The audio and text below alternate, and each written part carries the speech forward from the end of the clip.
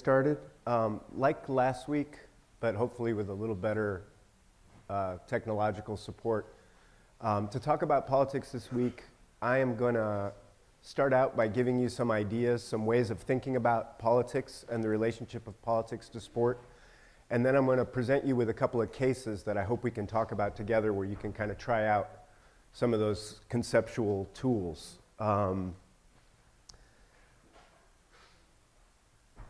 First of all, though, I just want to shout out everybody who competed for the university this weekend. I know some of you are in here and did well in particular. A sport I think a lot of people maybe don't follow, but women's lacrosse is in its fourth season. As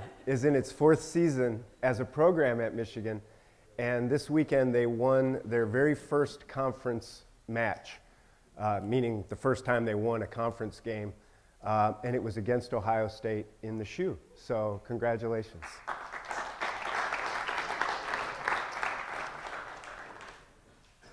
All right. So, you know, politics and sports has been in the news a lot in the last few years, in a way that it hasn't been for decades. This is one of the most notable examples, Colin Kaepernick kneeling or sitting during the national anthem that kind of sparked a wave of these kinds of protests last fall, and that sort of really accelerated even further through the presidential election season. And in the wake of the inauguration, we found athletes speaking out more frequently in public and sports journalists more often talking about political issues in their columns. And that has given rise to a kind of backlash where fans and others in the media are insisting that athletes and those who talk about sports just stick to sports. The idea of sticking to sports is a kind of long-standing one, actually, and it has several premises to it that I just want to quickly outline. One is that, sort of maybe pertaining to things like the Olympic movement, that governments should not meddle in sporting events. There shouldn't be boycotts and that kind of thing. The other is that athletes themselves should keep their political views private, that they shouldn't express themselves on political matters in public, that they have a great deal of influence, but that they really aren't qualified to make those kinds of statements, and that sports journalists, like I said, should confine themselves to reporting on the outcomes of events or the relevant storylines, those that are relevant to the competition itself. Obviously, this presupposes that it is possible to keep politics and sports separate, that it's better for them to be kept separate, assuming that they can be separated. And I want to just start out by questioning that presupposition to begin with, the idea that sports and politics can be separated. It depends a little bit on what you mean by politics, I think, and that is part of what I'm going to be pushing today in my remarks before we get to the case studies, is a slightly different way of thinking about politics than is usual in the United States in particular, and particularly within sports culture. Usually when people say stick to sports or keep politics out of sports, they are thinking of government specifically, and not thinking of politics in this kind of broader sense that I'm going to get to in a minute. But I want to just use one particular case right off the bat that I'm going to walk you through to illustrate the ways in which, even by a narrow definition of politics as the actions of government, sports and politics are already very mixed together. So this is a passage from Michigan Public Act number 414. So this is a state law in Michigan. You can see the section that I've highlighted. It says that an individual serving as a graduate student, research assistant, or in an equivalent position, or a student participating in intercollegiate athletics on behalf of a public university in this state, blah, blah, blah, is not a public employee entitled to representation or collective bargaining rights under this act. So that was signed into law by Governor Snyder on December 30th. I think he signed it December 27th. It became law December 30th, 2014, all right? So Public Act number 414 started its life as House Bill 6074.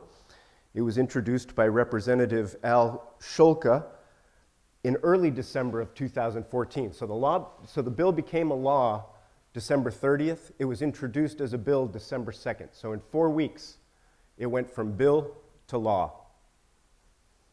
I'm not sure, how common that is, but it strikes me that that's pretty fast. House Bill 6074 was an amendment to an already existing act, Public Act 336, that was published became law in 1947, that was about regulating the ability of public employees to strike. All right? So in the process of that amendment, you can see the amendment on the right. This is taken straight from the bill as it was introduced. Okay, you can find these things online. You can see in bold caps the clauses that were introduced into Section 3, or it's like subsection 3 of Section 1 of the Act. It's the same language, and it made it all the way through.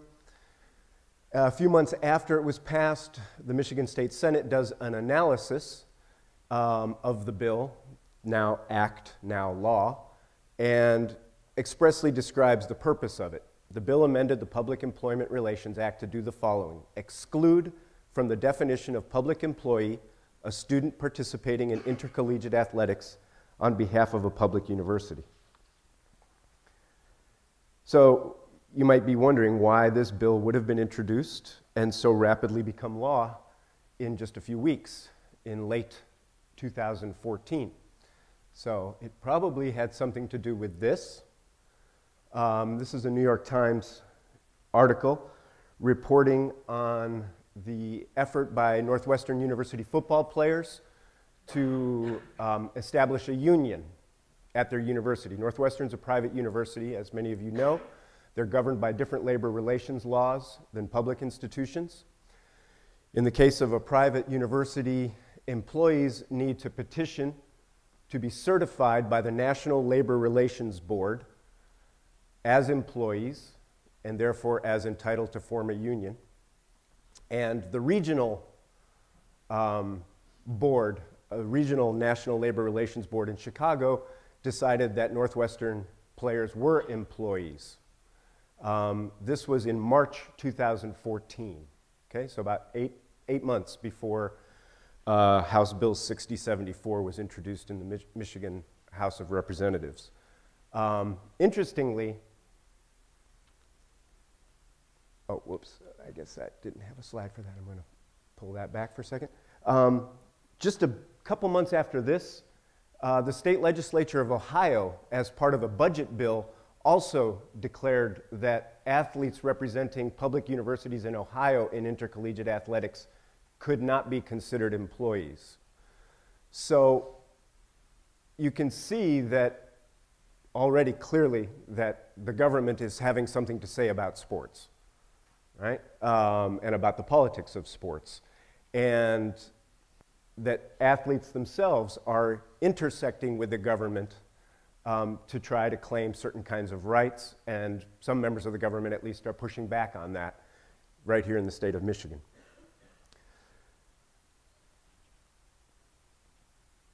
So the idea of sticking to sports or excluding politics strikes me as naive, and everything else I'm going to say from here on in today is going to kind of just take it as a given that sticking to sports, it's an option, but it's an option that entails a certain kind of naivete or a willful setting aside of certain realities, all right?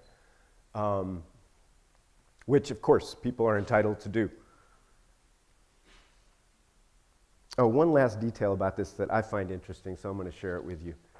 The House bill in Michigan that was introduced, 6074, it was introduced to a House committee that reviews legislation, and the House committee is the Michigan Competitiveness Committee, which has to do with business competitiveness. In other words, it reviews legislation that is designed to make Michigan a more hospitable environment for businesses thinking about where to locate, okay?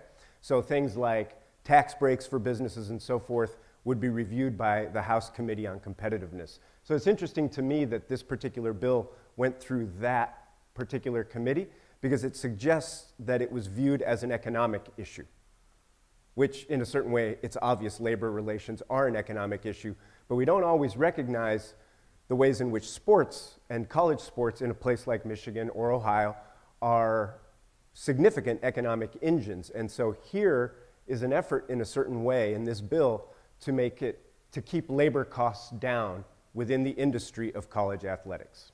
That's a way to think about this. Okay. So this whole discussion, I think, also kind of invites, for me anyway, the broader definition of politics that I want to turn to now.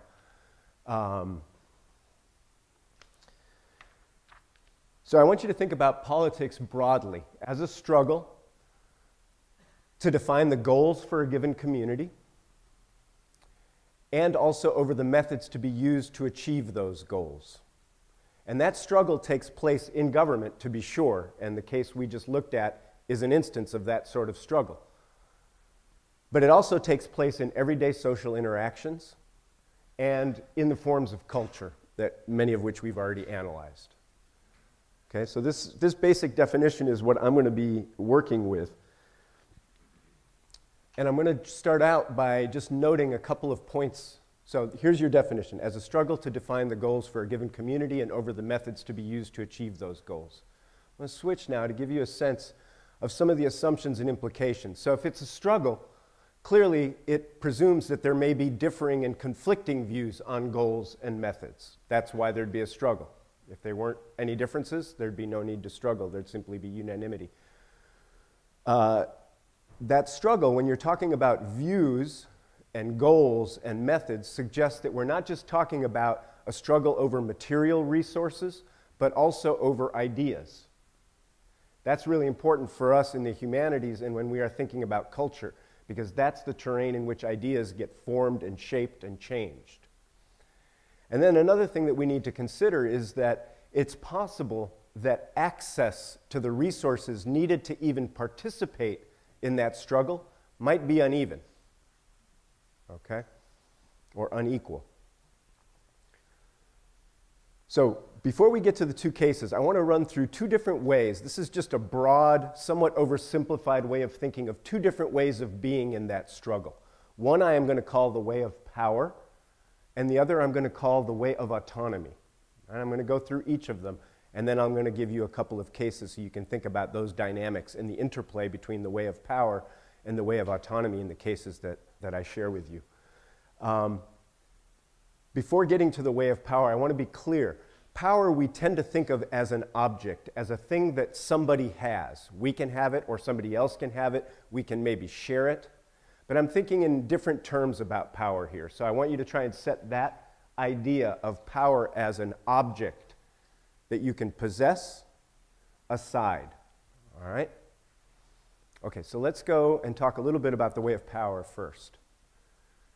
All right? When I think of power in the sense that I'm using it, I'm thinking of power over, okay, as in power over others.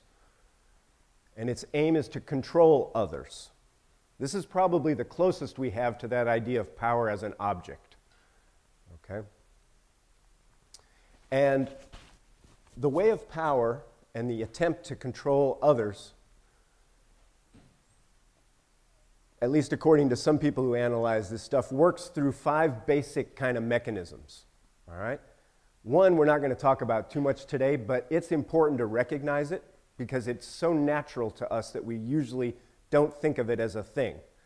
But the way of power establishes fear through a monopoly over the legal use of violence. Okay, so you think about the police, private security, the armed forces, right? All of whom can use physical violence legally in a way that nobody in this room can. Okay? And it doesn't necessarily mean you walk around in terror of these public entities. It just means that if you are considering an action and you are up against the edges of some law, one of the things you may be considering is what the other party may be able to do in terms of using violence. The other four factors are going to be more important, and I'm going to give you examples in sports, but one is control through confinement zones. Okay, what do I mean by a confinement zone? A school is a good example of a confinement zone. Okay? There are ways in which legally citizens are obligated to be in school up to a certain age, but even after that, ways in which social structures encourage that. And you can think of a school not just as a place where you get to learn and grow and acquire resources to fulfill your dreams, but also a place in which you are shaped and molded in a certain direction, in certain ways, right? And in a certain way made to conform, okay? Surveillance is another means by which the way of power works through hierarchical systems of observation. So these can be a lot of different things, but we've, I think, all seen or heard news reports in recent years about surveillance and the ways in which much of our private lives are in fact being watched and seen and monitored. And that may not affect any of us in this room ever in any direct way, but the surveillance is happening.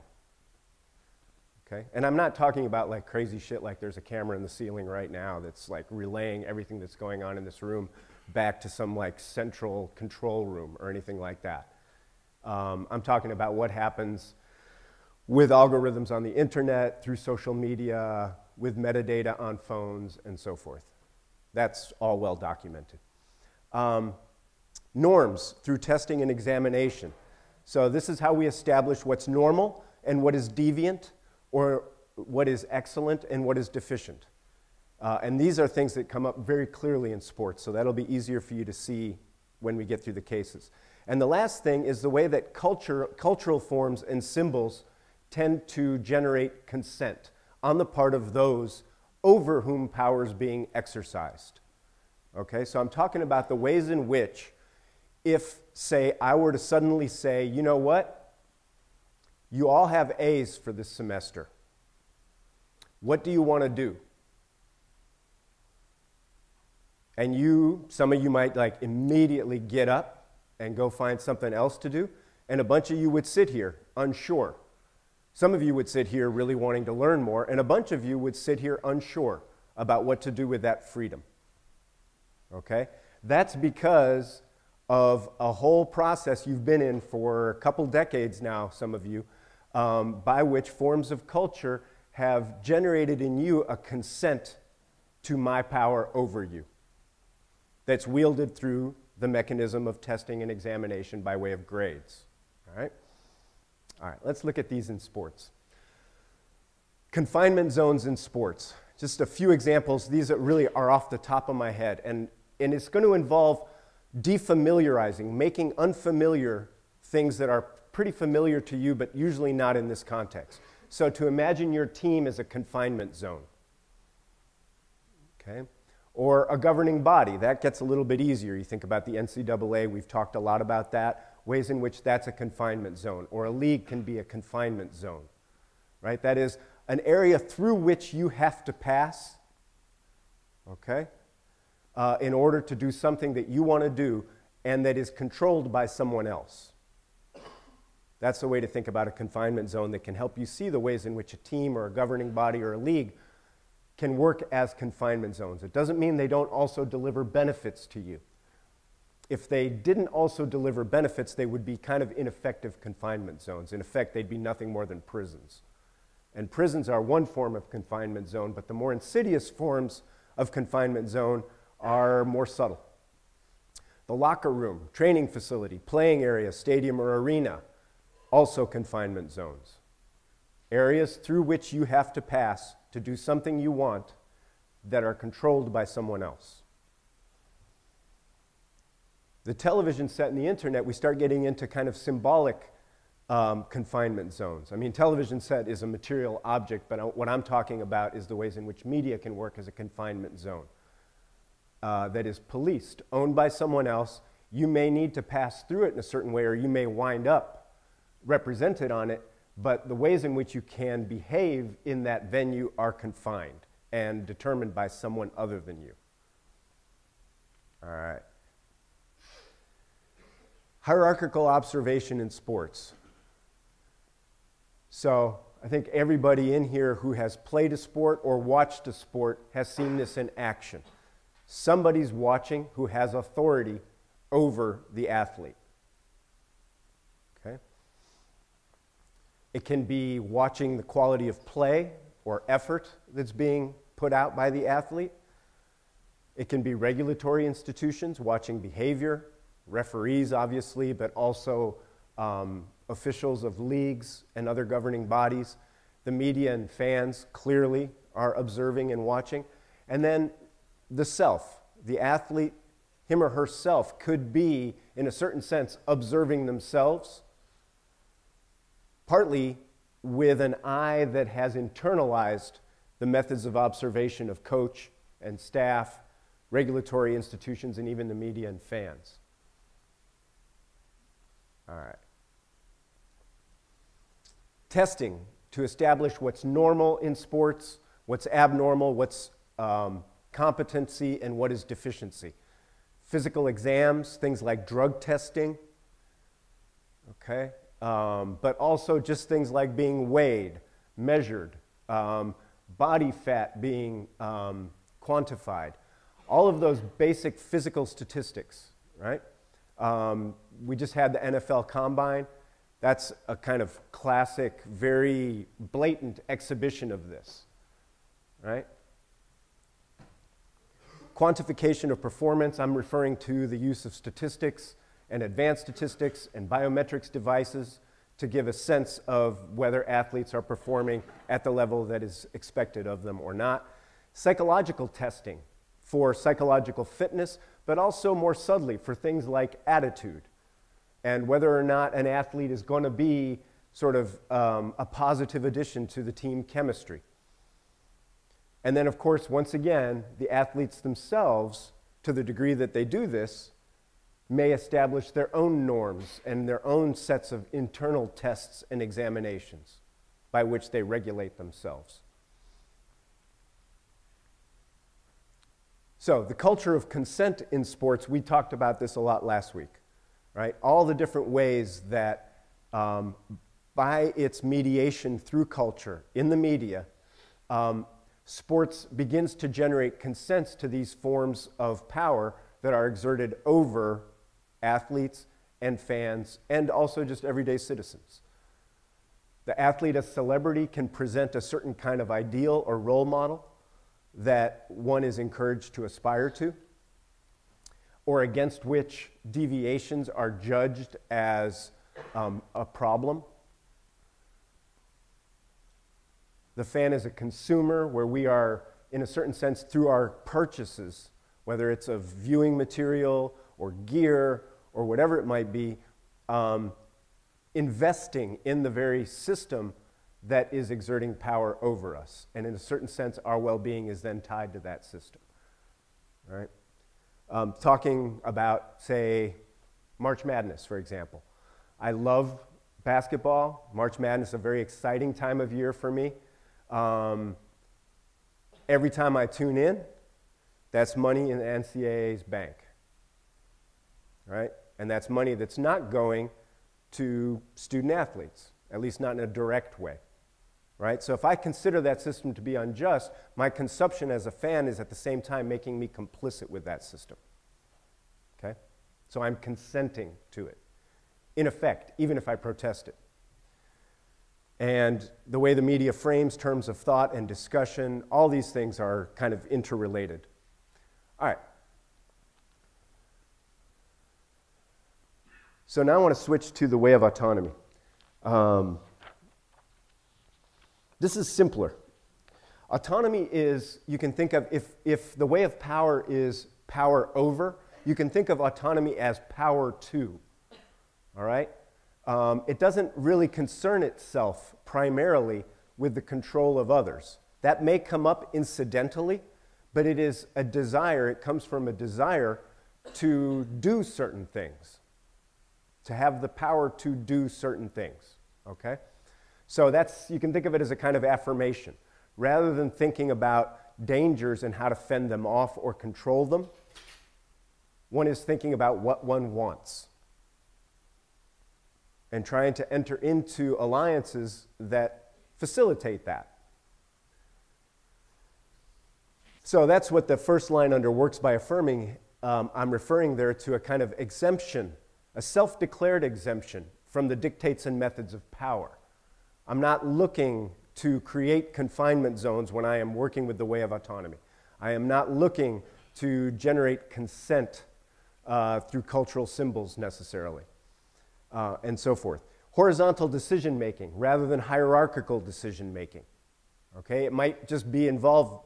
It might be as simple as walking into a classroom and saying, you know what, I'm the teacher, but, and I know I have the power of grades over you, but let's take that off the table. What do you want to do today? Let's decide this together. And maybe we spend the whole time just trying to figure out how to decide something together because we are so unused to that. Okay, that would be the way of autonomy. Direct action has to do with, it's also related to the last one, change in the present. Meaning you're not necessarily asking for anything, you are simply doing the thing. You are embodying with your actions the desire that you have. Okay? Rather than than alternatives, which aren't necessarily bad or something like that, but think about Colin Kaepernick, okay? He's thinking about he's not even thinking about the Black Lives Matter movement. He is thinking about black men being gunned down by police officers in this country, right? And there's a lot of ways he could respond to how that makes him feel. Of course, he can lobby Congress, he can start petitions, he can do all kinds of things. What he's doing is taking direct action. He's looking at where he's at. He wants to draw, his goal, his desire is to draw attention to an issue that's disturbing him, right? And so he finds this moment where he knows he's going to be on television, and so he takes an action. He doesn't know what's going to happen as a result of that action. He doesn't know whether it's going to change everything or change nothing, but he takes the action even given a state of uncertainty. That's an important part of the direct action. And then recognizing that whereas usually in the way of power, politics are considered to be rational actions from which you have to divorce emotion. In the way of autonomy, emotion is part of the equation. It is part of what gets factored. It is a part of desire. What you want, what you feel, what moves you is considered legitimate. A legitimate political concern, in other words, somebody suffering, is something you could be concerned about, and that's political. But also as a motivation and force. All right, I want to make sure we have time to get to these cases, so I want to do that. First, let me just see if you have any questions. I might not answer them because they might get answered through the cases, but any questions on any of these points so far? I can go back. Is it making sense? These two kind of broad ways. One that's sort of hierarchical, top-down, power, the way of power, or the way of autonomy that sort of springs from the bottom up. Okay. No? Questions? All right. Just a last way to think about the way of autonomy. And I know it seems kind of corny to put this up, but I really want to somehow impart to you that unlike the way of power, which is telling you to sit here and wait for somebody else, that power is out there somewhere, that Donald Trump has it, or that I have it, or anybody else. The way of autonomy is saying, it's right here, it's you. You do it. It's your life, it's your world, just like we talked about a few weeks ago. But now with respect to political issues, to that struggle over the goals for a given community and the resources used to achieve those goals. So, this is a still photo from a boxing match that took place in 1967 in February between Muhammad Ali and Ernie Terrell. It was a championship bout. Ali held one of the heavyweight championships titles. Terrell held the other one.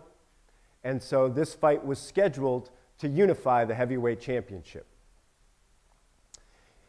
It was scheduled for 15 rounds, and it went 15 rounds, after which Ali won a unanimous decision. This is February 6, 1967, in the Houston Astrodome. So the next couple slides are going to show you how this event was reported in the media following the fight. This is from Sports Illustrated. Cruel Ali with the skills, I don't know how much you can read of that, but a vindictive champion punished Ernie Terrell through 15 brutal rounds. This was from the New York Times after the fight. Cassius Clay demeans the heavyweight title. He has turned people's stomachs. There should not be an apostrophe on stomachs. Always teaching.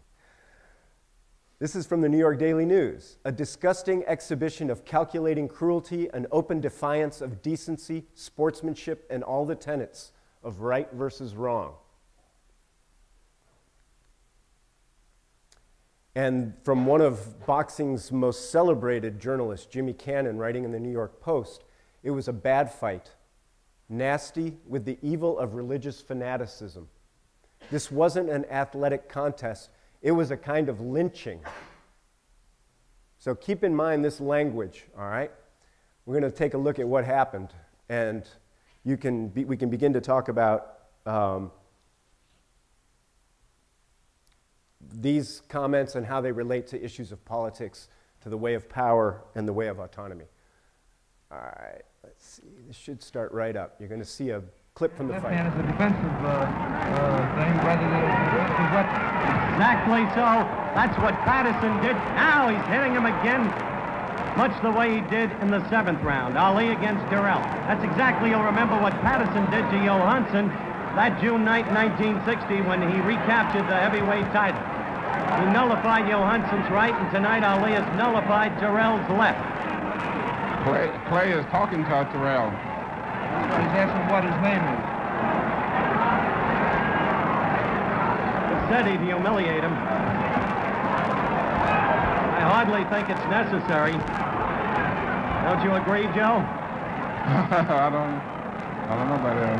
We have 30 seconds to go. I think Clay can do what he wants to do in the ring.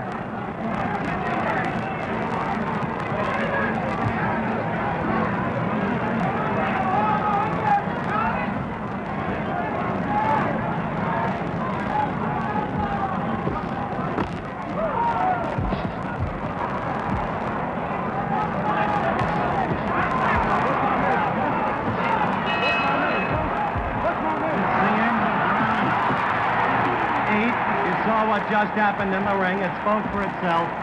Wait, how you see what Clay asked him? Said, what's my name? That was the big 3-word question that was answered last Saturday on television in advance by Ernie Terrell. Okay. So everybody saw what was happening, right? This was in the 8th round of the fight. Ali had already badly hurt Terrell the round before. Probably could have knocked him out, if not in this round, before the 15 rounds were up, but he didn't. He just kept hitting him, and in this round in particular is when he began to ask him, what's my name? Okay? I mean, ask him isn't really quite the word, but you get it. All right, so that's what was going on that led to the media commentaries that I was showing you earlier, all right? So why is Ali asking him, what's my name? You continue to be unafraid of this man. Yeah, I'd like to say something right here. You know, Cassius Clay, yes.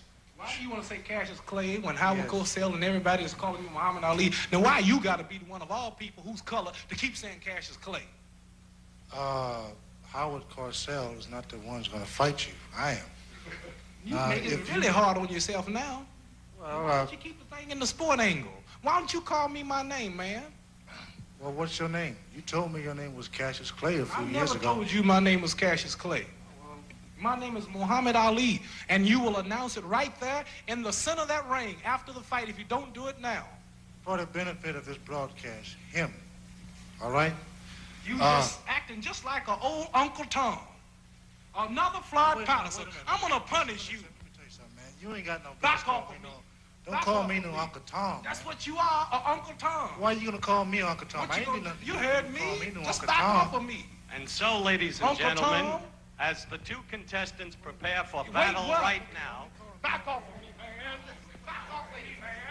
another interview has been recorded for posterity as the two gentlemen continue to promote the fight. Uncle Tom. Perfect, that's it. Come on. Keep shooting. You can promote the fight and all that stuff. All right. So what do you think? Where are the politics in these two videos and in the media reports you saw? Where do you see the way of power or autonomy, if you do?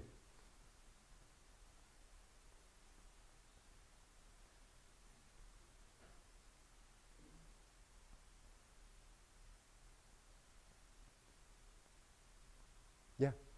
Well, you can see the way of power in the fact that the announcer just wants to keep recording this altercation going on, whereas like Muhammad Ali is fighting for himself because he wants to be recognized as a human by someone like the same skin color. So and like that guy is going against his views. Right. Okay, so the way of power, he's saying you could see in the interview and the way that Howard Cosell, the announcer, is kind of managing that interview, right, and wants to keep it rolling, even while these two black men are fighting and saying really hurtful things to each other, right? That's an important point, particularly when you think about the history of boxing in this country. Does anybody know where boxing in the United States began? It began on slave plantations, when owners of neighboring plantations would pit their male slaves against one another in boxing matches for money.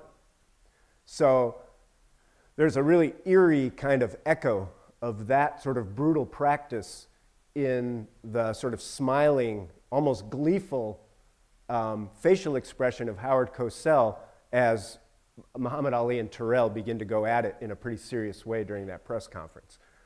So definitely, I see the way of power there. What are some other ways that people see it?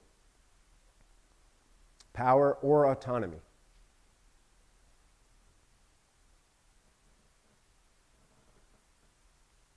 Okay, so think about this. Think about the slave plantation, right? Probably you're familiar with the fact that slaves who already had names were given their names by plantation owners. Everybody familiar with that fact? Yeah? Okay. So Muhammad Ali, 3 years before this fight, had changed his name. Okay? He had become a Muslim, and for religious reasons, but also for political reasons, had changed his name from Cassius Clay, which was his given name at birth, to Muhammad Ali. Okay? So think about that. Think about just the name and this contest over the name. And what it means then, from the point of view of the way of autonomy, for Ali to be insisting that he has the right to give himself his own name. Okay? Does that make sense? As opposed to the way of power that gives a name to someone else. Okay? And now you think about Terrell's role in that. And his insistence 3 years after the fact on calling Ali Cassius Clay. Okay? So Ali could say, as he did in the press conference, why don't you call me by my name? And Terrell won't budge. He won't call him Muhammad Ali. He calls him, etc. And so then Ali takes direct action in the fight. He can't make him say, your name's Muhammad Ali, but he can act in a way that asserts his autonomy. Okay, so that's a way to think about the way of autonomy there. Right? You can see the way of power in the media backlash to Ali's performance, invoking ideas of sportsmanship and decency to kind of police Ali's behavior. Ali apparently crossed a line that exists in boxing, a line that says you shouldn't taunt your opponent, and if you can knock your opponent out, you should, right? Rather than torture him, which is the way that the media was characterizing it. That's the way of power. That's trying to enforce a norm of behavior, right? Establish certain parameters that say what's okay and what's not for an athlete in competition. And, you know, in the one passage, the one quotation, you could see the Jimmy Cannon quote from the New York Post, I think it was, that actually compared Ali's behavior to a lynching.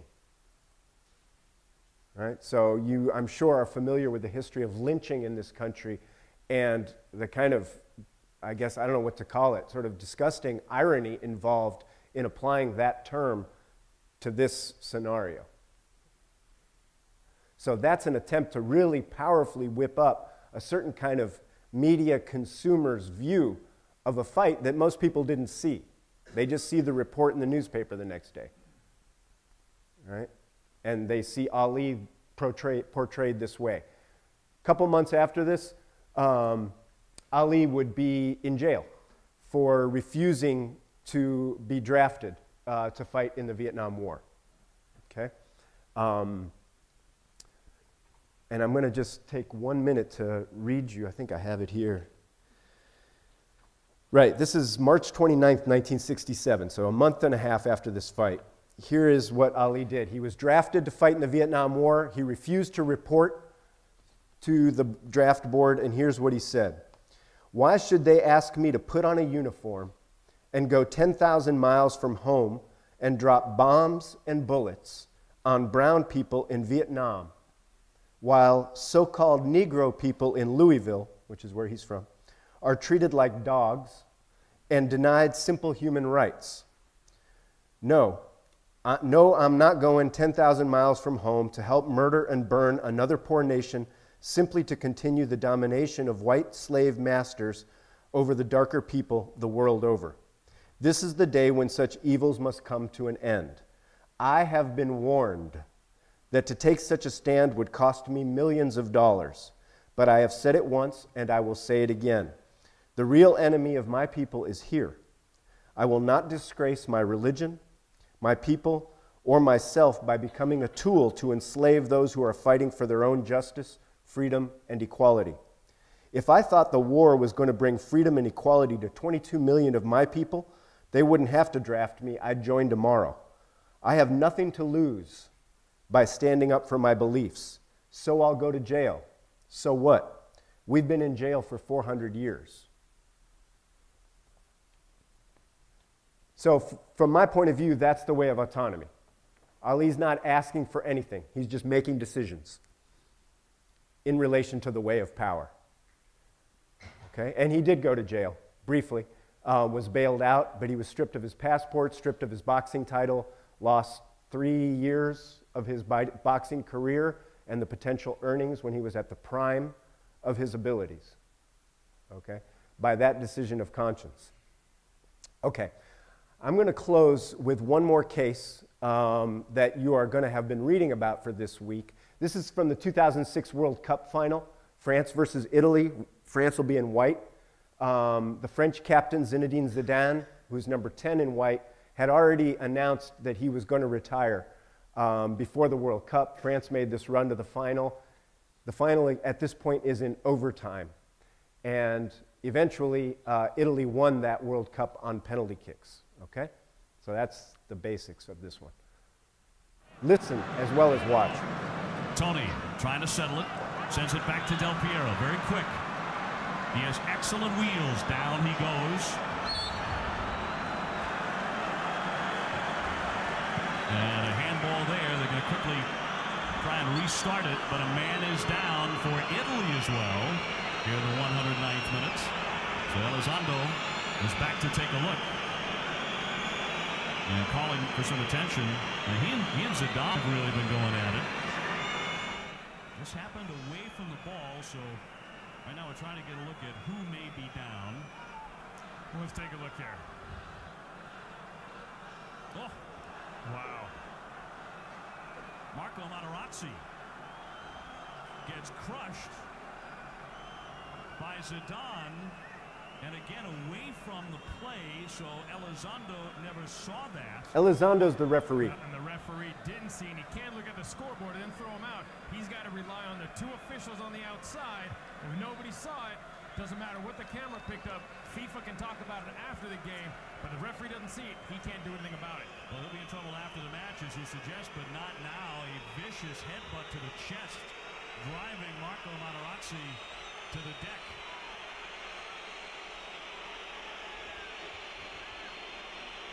So this World Cup final has taken a nasty turn. Materazzi and Zidane have been going at it throughout the match. The referee is going over to talk to the sideline judge. Horacio Elizondo, his attentions were in another area of the field. Obviously, he went over to the referee, right to the sideline official. He saw it and went and talked to him. Good referee. He saw it, the linesman saw it, talked to the official. He goes over and gives him a red card. And he's out. Zidane, and that may be the end of it for one of the game's greats.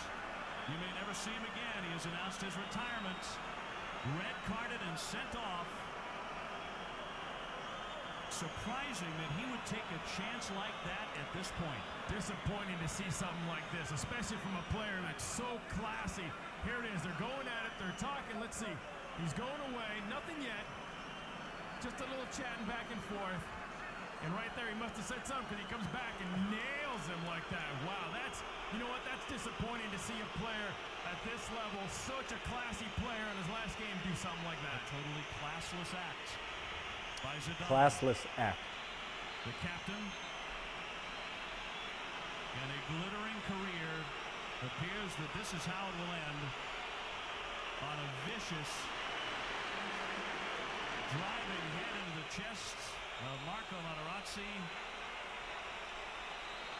And that is all for Zidane. Sent off in a World Cup final in overtime.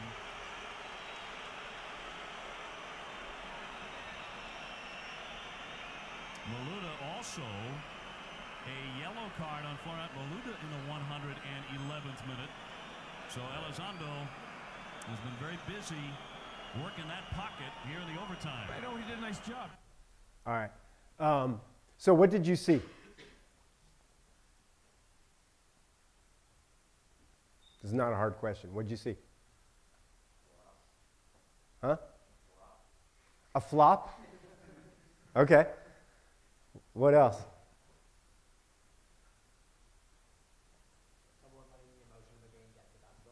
Someone letting the emotion of a game getting the best of them. So is that what you think Zidane did? Like what do you imagine caused him to do that?